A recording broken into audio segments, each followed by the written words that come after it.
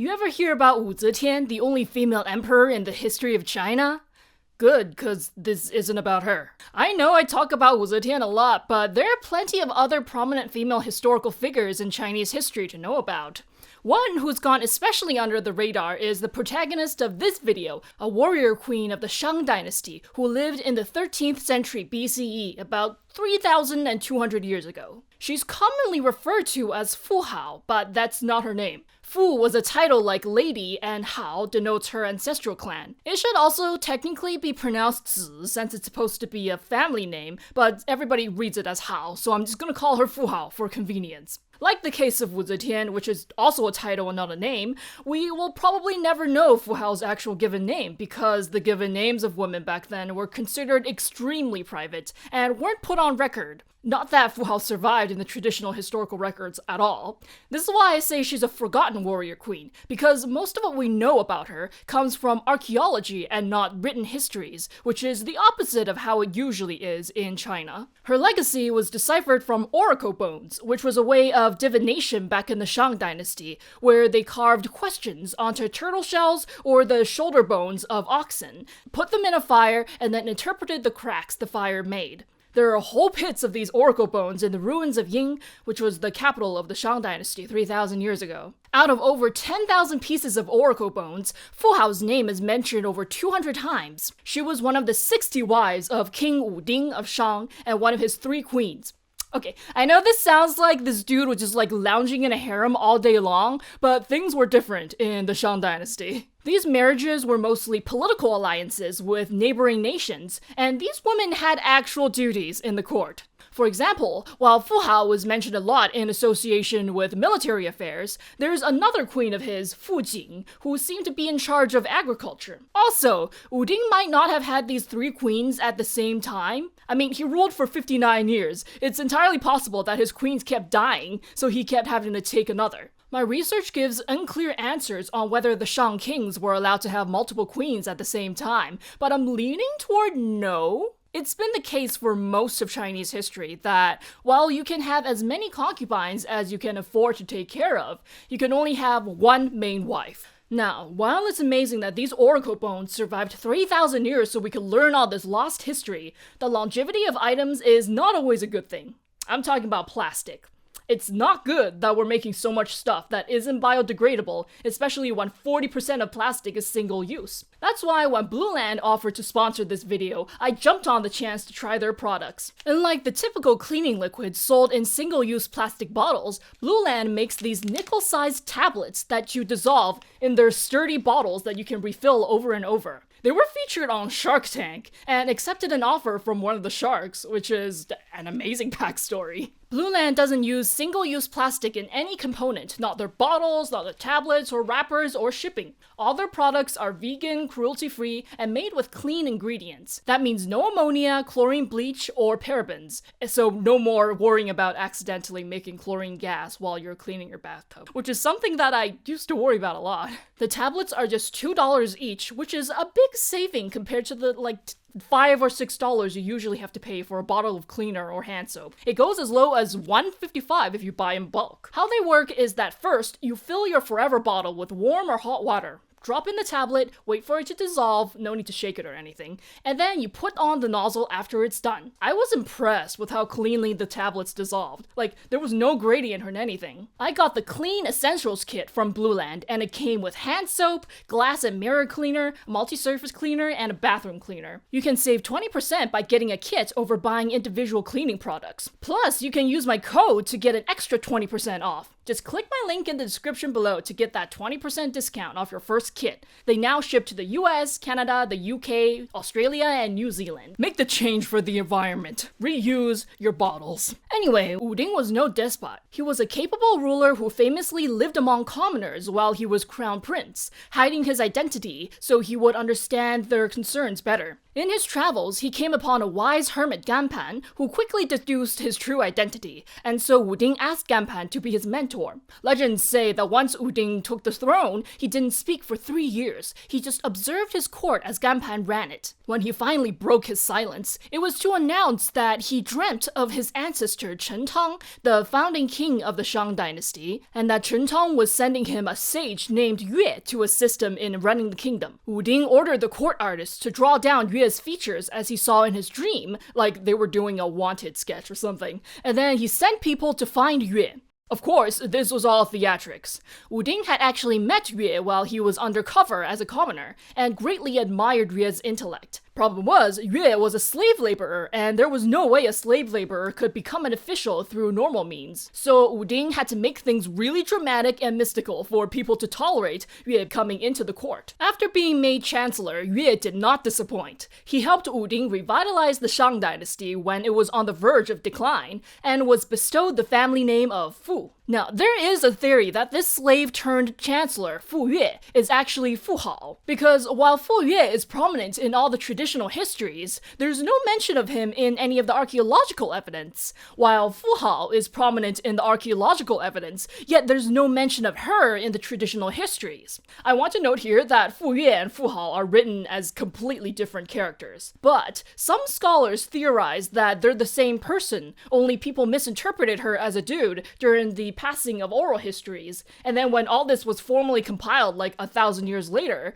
after women's political participation took a nosedive, the warrior queen Fu Hao got written down as the slave chancellor Fu Yue. Keep in mind that this is just a theory. There is absolutely no evidence of this beyond speculation, but it's something to think about. Because Fu Hao did a lot. The Oracle Bones make many mentions of her leading armies on campaigns against neighboring states. One summer, early in Fu Hao and Wu Ding's marriage, Shang was in a stalemate in a war against the northern nation. Fu Hao wanted to lead a reinforcement army there, but Wu Ding was unsure about it. He consulted the Oracle Bones, and the outcome was positive, so he let her go. She delivered a spectacular victory, and that nation would not appear in the Oracle Bones ever again. After this, Wu Ding trusted her wholeheartedly on the military front. She went on to defeat over 20 border nations. In her biggest battle, she led an army of 13,000, practically half of Shang's forces. Sometimes, Wu Ding and Fu Hao would go onto the battlefield together. They were a power couple like that. Once, they pulled off a brilliant maneuver to defeat the Ba Kingdom. Fu Hao set up an ambush in the west, while Wu Ding struck the Ba troops from the east, chasing them right into Fu Hao's trap.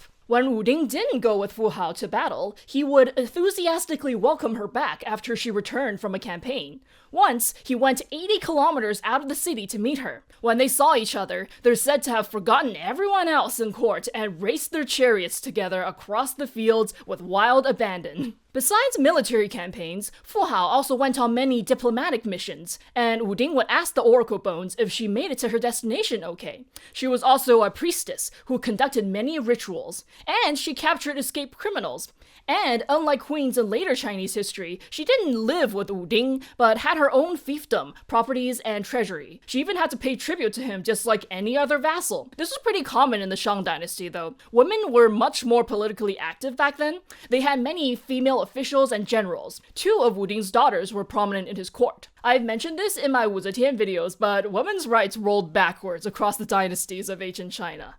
A shame, and a warning. History doesn't always flow in the direction we want. But in 1976, Fu Hao's actual tomb was discovered. Her tomb is the only intact, unlooted one among Shang royalty, and it was because she was buried in a different place than other royals. I'll get to the reason later. From her tomb, archaeologists unearthed almost 2,000 artifacts, including over 100 weapons. Fu Hao was buried with a pair of yue, these axe-like ritual weapons that represented military authority. She would have held these like a scepter while commanding the army on her war chariot. They were each about 375 millimeters wide and weighed about 9 kilograms, or 19 pounds. One had a dragon pattern, and the other had a pattern of 2 tigers about to eat a human head. These are typically only found in the tombs of male nobility of the Shang Dynasty. Besides the many weapons, Fu Hao's tomb also had plenty of cosmetic items like bone hairpins, bronze mirrors, jade ornaments, and other jewelry. So she was looking fierce while leading her troops. It's speculated that she was very statuesque because they excavated a jade ring used for archery that only fit a dude on the excavation team who was 1.75 meters tall, or 5'9". Not to mention the strength it would have taken to wield the axes I mentioned before. There's this one jade figurine among the burial treasures that some think was modeled after Fu Hao herself, because the robe detailing on it is very fine, and the thing sticking out at its side may be a weapon. Regardless, the treasures in Fu Hao's tomb are a testament to the vast trade connections the Shang Dynasty had. She was buried with jade from Xinjiang and over 7,000 cowrie shells that could have only been sourced from tropical oceans and were used as currency back then. Also, there were 16 human sacrifices and 6 canine sacrifices arranged around her tomb. That was just how the Shang Dynasty was. They loved their bronzes, their oracle bones, and their ritual human sacrifices, you know.